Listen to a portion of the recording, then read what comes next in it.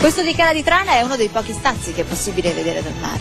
Assolutamente sì, perché lo stazzo per definizione è una struttura che in genere veniva collocata a ridosso dai venti predominanti, dagli agenti atmosferici e soprattutto poco percepibile da dove poteva venire il pericolo, dal mare. Da tenere presente che la Gallura è abbastanza inaccessibile dalle parti della Sardegna, vuoi per conformazione morfologica delle montagne che coronano la Gallura a sud, sia per le formazioni di grossi fiumi tipo il Coghinas che la delimitano ad ovest. Pertanto ha sviluppato una cultura propria.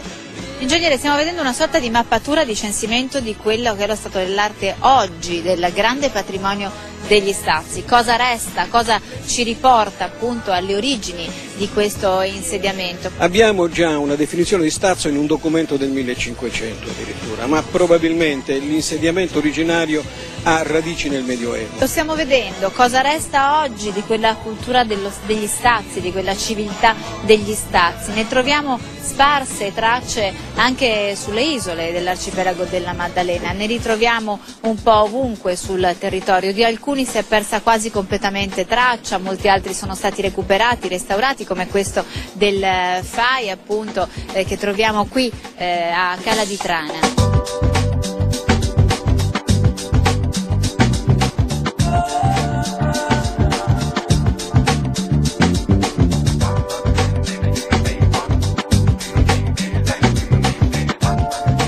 Dove siamo? Siamo forse in uno dei punti più affascinanti di questa costa, Caregidio, perché lì c'è Punta Sardegna. Leggiamola geologicamente questa costa.